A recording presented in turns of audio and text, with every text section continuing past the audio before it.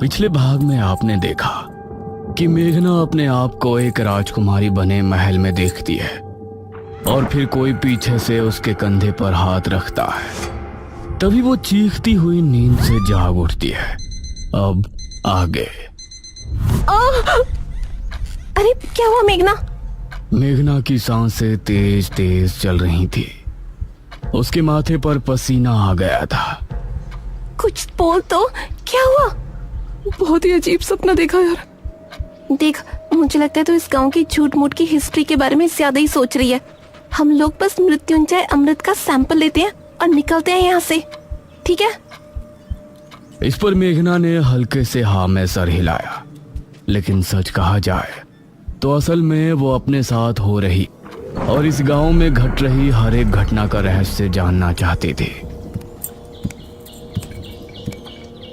सुबह सुबह चीखना चिल्लाना बंद करो और दोनों हाथ मुंह धोकर नाश्ते के लिए आ जाओ। ये कहकर ठकुराइन वहां से चली गई। ये औरत बहुत ही खड़ूस है। एक बार हमारा काम हो जाए, इस गांव को मुड़कर भी नहीं देखना मुझे।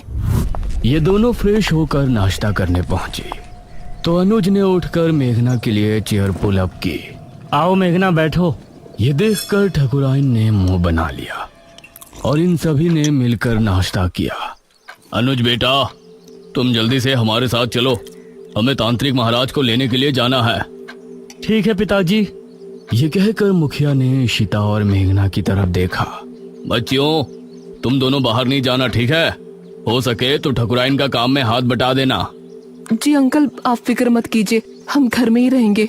अनुज और मुखिया गांव के लोगों से विदा लेकर तांत्रिक महाराज को लेने श्रेणी के लिए निकल गए। इस तरफ मेघना गहरी सोच में डूबी थी।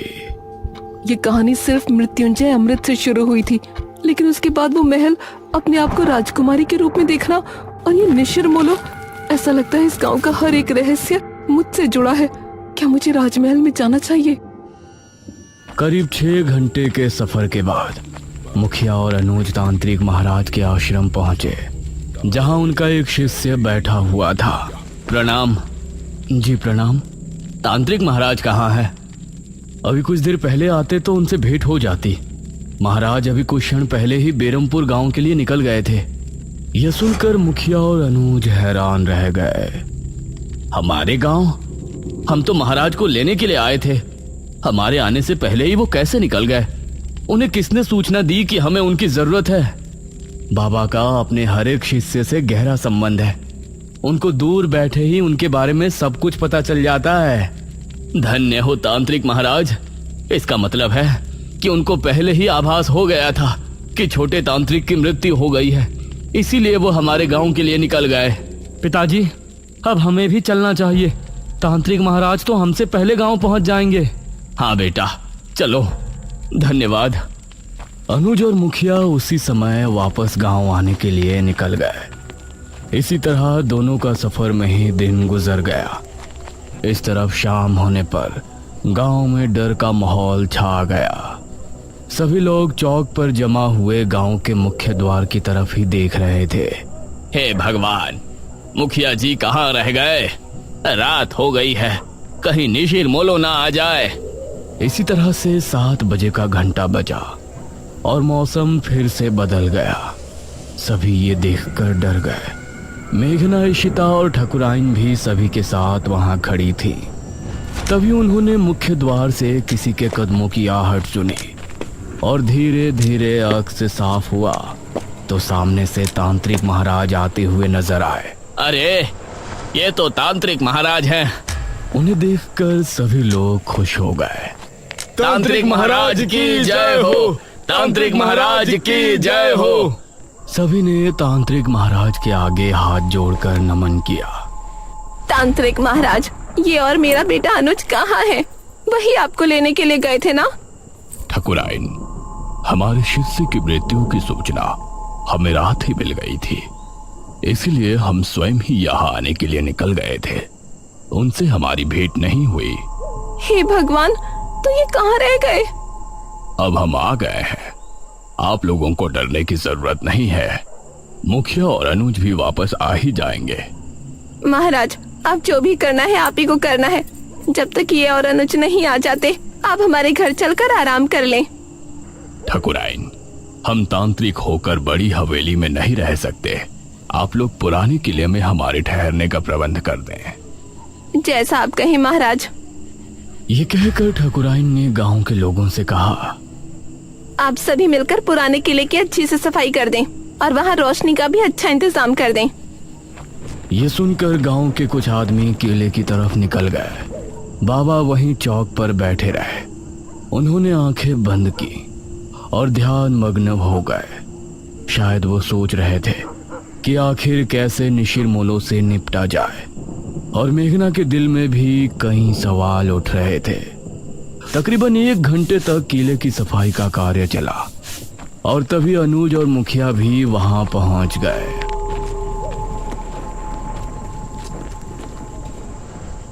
शुक्र है आप आ गए जी।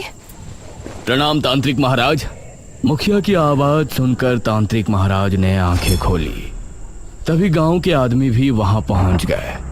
किले की सफाई हो चुकी है ठकुराइन, अब तांत्रिक महाराज वहां ठहर सकते हैं।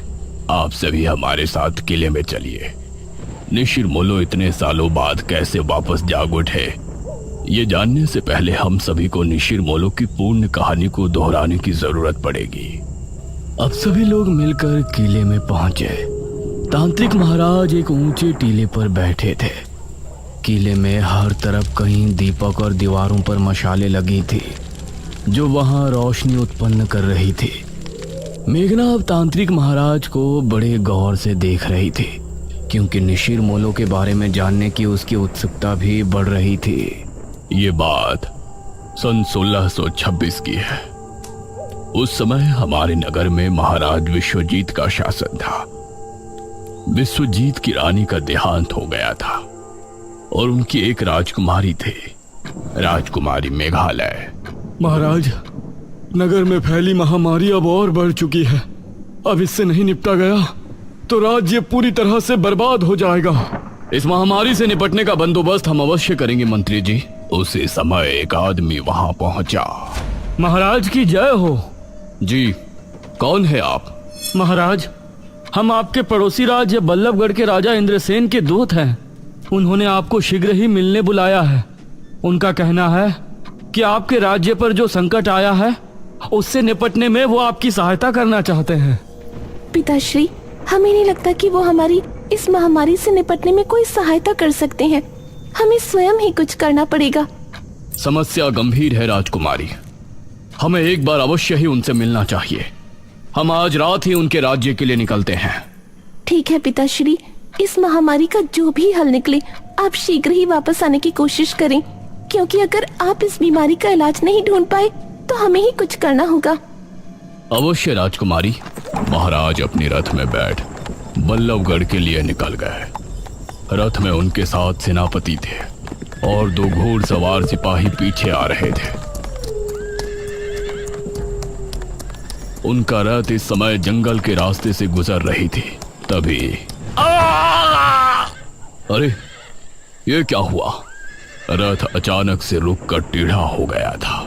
सेनापति जी, बाहर निकलिए। महाराज और सेनापति बाहर निकले तो देखा रथ का पहिया गड्ढे में फंसा है और चटक भी गया है। अरे, ये क्या हुआ? अब जंगल में इस रथ का पहिया कौन ठीक करने आएगा? क्षमा करें महाराज, हम अभी इसे ठीक कर देंगे। आपको थोड़ी प्रतीक्षा करनी पड़ेगी। तभी इन लोगों को पानी की आवाज सुनाई दी। ये कैसी आवाज है?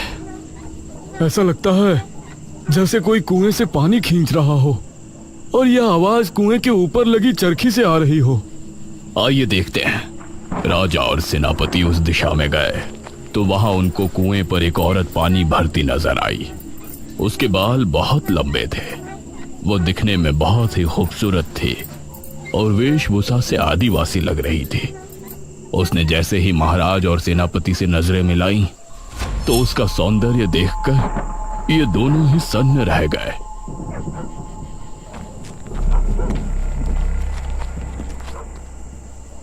अरे, आप तो हमारे महाराज लग रहे हैं। प्रणाम महाराज। प्रणाम। क्या नाम है आपका? मेरा नाम दमयंती है महाराज। यहाँ पास ही मेरी कुटिया है। आप इस समय जंगल में? असल में हम पड़ोसी राज्य के लिए निकले थे। हमारा रथ खराब हो गया है, तो इसीलिए हम जंगल में भटक रहे हैं। महाराज, तो आप हमारी कुटिया में चलिए। यहाँ भटकना ठीक नहीं है। जब तक रथ ठीक नहीं हो जाता आप वहाँ रुक सकते हैं। ये दोनों दमयंती के साथ उसकी कुटिया में चले गए और फिर दमयंती ने दोनों को पीने के लिए पानी दिया। कितनी सुंदर है ये। अगर ये हमारी पत्नी बन जाए तो जीवन धन्य हो जाए। कितनी सुंदर स्त्री है। अगर ये हमारी पहली महारानी बन जाती तो कितना अच्छा होता। लेकिन हम एक महाराज होकर इसके सामने अपना प्रस्ताव रखें और इसने ठुकरा दिया तो इससे हमारा बहुत अपमान होगा। दमयंती दोनों को देखकर मुस्कुराने लगी। क्या हुआ दमयंती जी, आप इस तरह से क्यों मुस्कुरा रही हैं? दमयंती ने दोनों की तरफ देखा और बोली, अगर हम कहें कि हम आप दोनों के मन की बात सुन सकते हैं तो आपको कैसा लगेगा? ये आप क्या कह रही हैं? भला कोई किसी के मन की बात कैसे सुन सकता है? मैं सुन सकती हूँ महाराज। अभी सेनापति जी ने हमें अपनी धर्मपत्नी और आपने हमें अपनी महारानी बनाने के बारे में सोचा है। ये सुनकर सेनापति और महाराज दोनों ही हैरान रह गए। आप लोग घबराएं नहीं, मैं भी आप दोनों में से किसी एक की होना चाहती हूँ। ये सुनकर महाराज और सेनापति दोनों के चेहरे पर मुस्कान छलक आई। तो ठीक है दमयंती, अपना निर्णय सुनाए। इससे पहले ही सेनापति बोला, महाराज, अगर आप दमयंती को चाहते हैं तो हम आपके विरुद्ध नहीं जा सकते। ये सुनकर महाराज को बहुत अच्छा लगा और दमयंती भी मुस्कुराई। किंतु हम एक महारानी का जीवन नहीं जीना चाहते। हम आपकी धर्मपत्नी बनकर सिर्फ अपना पत्नी धर्म निभाना चाहते हैं। अगर आपको हमारा प्रस्ताव स्वीकार है तो आपको अभी इसी क्षण हमसे विवाह करना होगा। महाराज ने उसी समय अग्नि के साथ फेरे लेकर दमयंती से विवाह कर लिया। सुबह होने तक रथ भी ठीक हो गया था।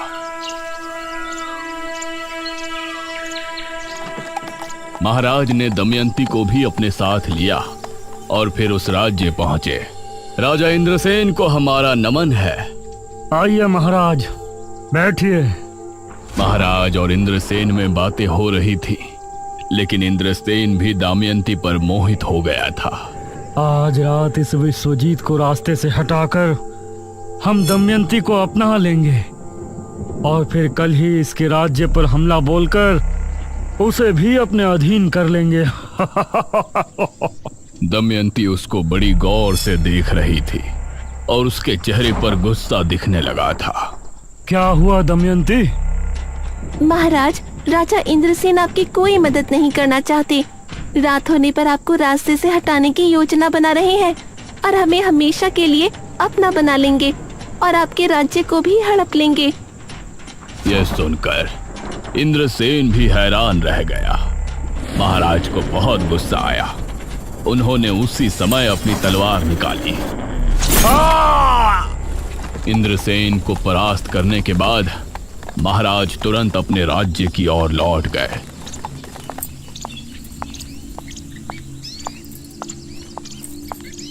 राजकुमारी बहुत चिंता में थी। प्रणाम पिताश्री। क्या बताया इंद्रसेन ने? क्या उस महामारी का कोई हल निकला? इंद्रसेन ने हमें बहाने से वहां बुलाया था। वो हमें मारना चाहते थे। वो तो धन्य हो दमयंती का जो इन्होंने हमें बचा लिया। राजकुमारी को महाराज की बात जरा भी समझ में नहीं आई। उसने दमयंती को घूर कर देखा। पिताश्री, अब हम ही इस महामारी का कोई इलाज ढूंढने जाते हैं। आप राज्य कार्य संभालें। दमयंती राजकुमारी को बहुत ही रहस्यमय मुस्कान के साथ देख रही थी। राजकुमारी महल से निकली और इस तरह राजा दमयंती के साथ महल में समय बिताने लगे और धीरे धीरे राज्य के कामों से दूर होते गए। करीब 1 वर्ष और माह के बाद राजकुमारी वापस लौटी। पिताश्री, हमने उस बीमारी से लड़ने का इलाज ढूंढ निकाला है। बहुत अच्छे राजकुमारी, बताइए ये कैसे संभव है? पिताश्री, हमने एक महासिद्धि करके ये बीज हासिल किया है। इसी के जरिए हमें उस महामारी के साथ हर बीमारी से छुटकारा मिल जाएगा। क्या इस बीज के जरिए? जी पिताश्री, वो कैसे होगा ये आपको अगले 7 दिनों के भीतर पता चल जाएगा। राजकुमारी ने उस बीज को अपने हाथों से जंगल में जाकर बो दिया और रोजाना अपने हाथों से उसे पानी देने जाती। महाराज को राज्य की कोई चिंता नहीं थी। वो हर समय बस दमयंती के पास ही बैठे रहते थे।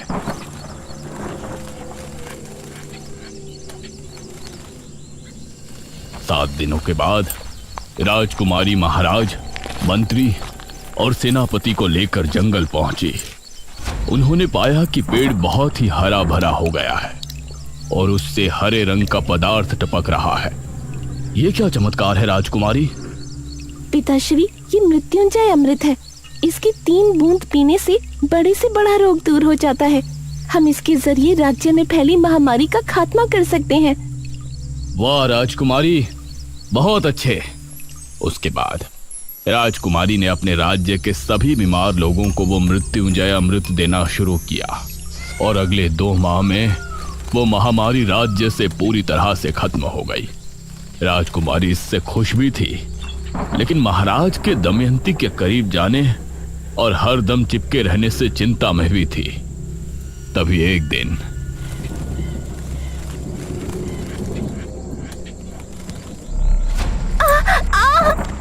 महाराज! दमयंती, क्या हुआ आपको? क्या हुआ दमयंती आपको? कुछ तो बताइए। देखते ही देखते उसके चेहरे की रंगत बदल गई और वो एक बूढ़ी नजर आने लगी। ये देखकर महाराज के पैरों तले जमीन निकल गई। दमयंती, ये क्या हो गया आपको? महाराज, असल में मैं कोई आम स्त्री नहीं हूँ, मैं एक डायनी हूँ।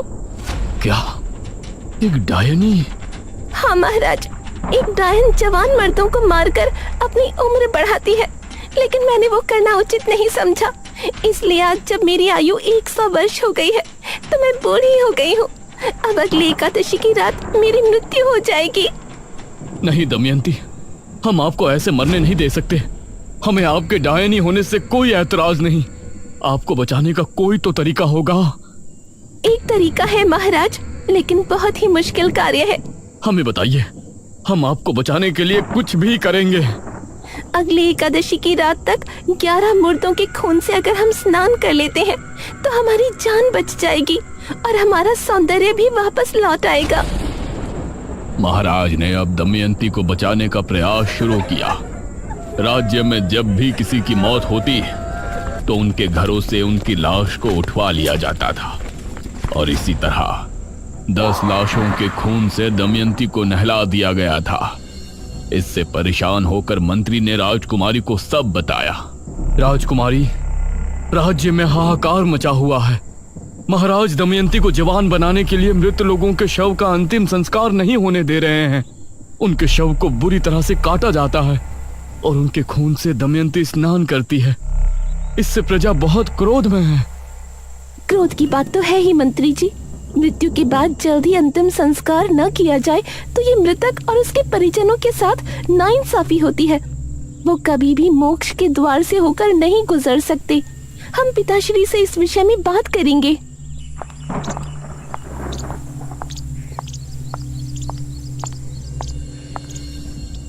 राजकुमारी ने महाराज से बात की, लेकिन उनके सर पर दमयंती को बचाने का भूत सवार था। जो लोग पहले ही मर चुके हैं उनके शव को किसी के जीवन के लिए इस्तेमाल करना गलत नहीं है राजकुमारी। गलत तब होता जब हम जिंदा लोगों की बलि देते। आप हमें रोकने की कोशिश ना करें। राजकुमारी महाराज के व्यवहार से बहुत चिंता में थी। वहीं गांव के लोग भी अब इससे छुटकारा चाहते थे। अरे बहुत हो गया, अब हम गांव के लोग महाराज का यह अत्याचार नहीं सहेंगे। हाँ, हमारे मृतकों को हक है कि उनका अंतिम संस्कार किया जाए। लेकिन हम लोग महाराज से कैसे लड़ेंगे? कैसे रोकेंगे उनके सिपाहियों को? एक उपाय है। जब भी गांव में किसी की मृत्यु होगी तो हम कोई भी शोक समारोह नहीं करेंगे।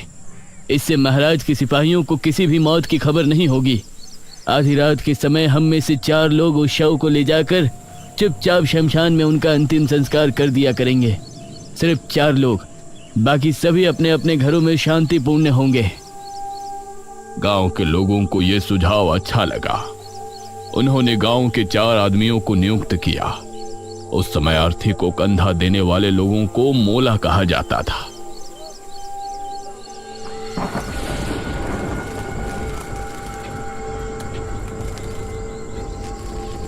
ये 4 लोग रात के समय निकला करते थे, इसीलिए इनका नाम निशिर मोलो रखा गया। अब जब भी कोई मृत्यु होती तो 4 कथई लिबास वाले आदमी निशिर मोलो बन के उस शव को कंधा देते और उसका चुपचाप अंतिम संस्कार करके वापस गांव को लौट आते। समझ नहीं आ रहा, पूरे 15 दिन हो गए, अभी तक किसी के घर कोई मृत्यु नहीं हुई है। ऐसा कैसे हो सकता है? अगले दिन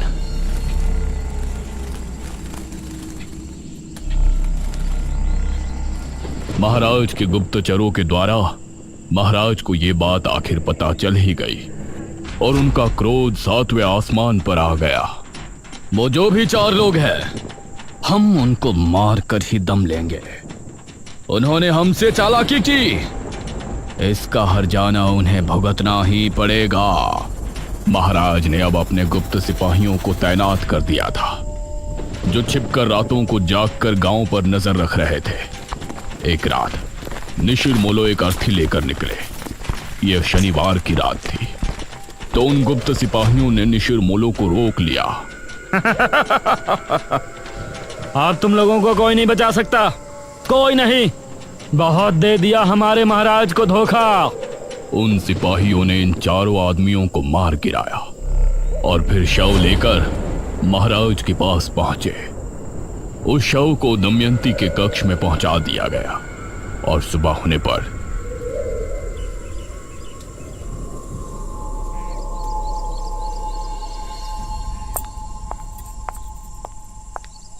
दमयंती कक्ष से बाहर निकली अपने उसी खूबसूरत जवान अवतार में। उसे देखकर महाराज ने उसे भरी सभा में गले लगा लिया। दमयंती की आंखों में एक रहस्यमयी चमक थी, जैसे कि वो कुछ छिपा रही है। लेकिन अब निशिर मोलो की आत्मा गांव में भटकने लगी थी। वो 4 आत्माएं अपने कंधे पर ताबूत उठाए हर शनिवार की रात गांव में भटकती थी। उस समय उन आत्माओं को जो भी दिखाई देता, वो समझती कि ये राजा के सिपाही है जो उनको रोकना चाहते हैं, इसीलिए वो उसको अपने साथ ले जाती। इतना कहकर तांत्रिक महाराज चुप हो गए। सभी गांव के लोग ये कहानी सुनकर हैरान थे और मेघना को तो जैसे अब अपने सपनों से जुड़ी कुछ बातें समझ में आने लगी थी। हे भगवान, मतलब जो निशिर मोलो आज हमारी जान के दुश्मन है, वो कभी हमारी रक्षा किया करते थे। हाँ, उनकी इसमें कोई गलती नहीं है। उनकी अकाल मृत्यु की वजह से वो ऐसा करते हैं। उनको नहीं पता कि उनकी मृत्यु हो चुकी है। वो तो अभी भी अपने काम को अंजाम देने की कोशिश कर रहे हैं। बाबा, आगे की कथा में क्या हुआ? वो राजकुमारी, महाराज और दमयंती? आगे क्या हुआ और निशिर मोलो को कैसे रोका गया और अब वो अचानक क्यों 400 साल बाद वापस आ गए हैं, ये कहानी जानने के लिए हमें बेरमपुर पुराण को पढ़ने की आवश्यकता है, जो कि 400 साल पहले की राजमहल के किसी गुप्त कक्ष में रखवाया गया था। बेरमपुर पुराण? अब इसका पता हमें कैसे चलेगा बाबा? वो बेरमपुर पुराण राजमहल में कहाँ है, ये जानने के लिए मुझे एक अनुष्ठान करना पड़ेगा, जो कि मैं इसी किले में बैठकर करूंगा। ध्यान रहे, उस समय सभी अपने अपने घरों में होंगे। कहीं ऐसा ना हो कि इस बार भी निशिर मोलो ये अनुष्ठान रोकने के इरादे से गांव में आए। निशिर मोलो कौन है ये तो हमने जान लिया है, लेकिन इन सब का मेघना से क्या संबंध है? निशिर मोलो उसके आने से कैसे जाग उठे? राजा के साथ क्या हुआ और दमयंती असल में क्या है? इन सभी सवालों के जवाब जानने के लिए हमारे साथ बने रहिए निशिर मोलो के अगले पार्ट में।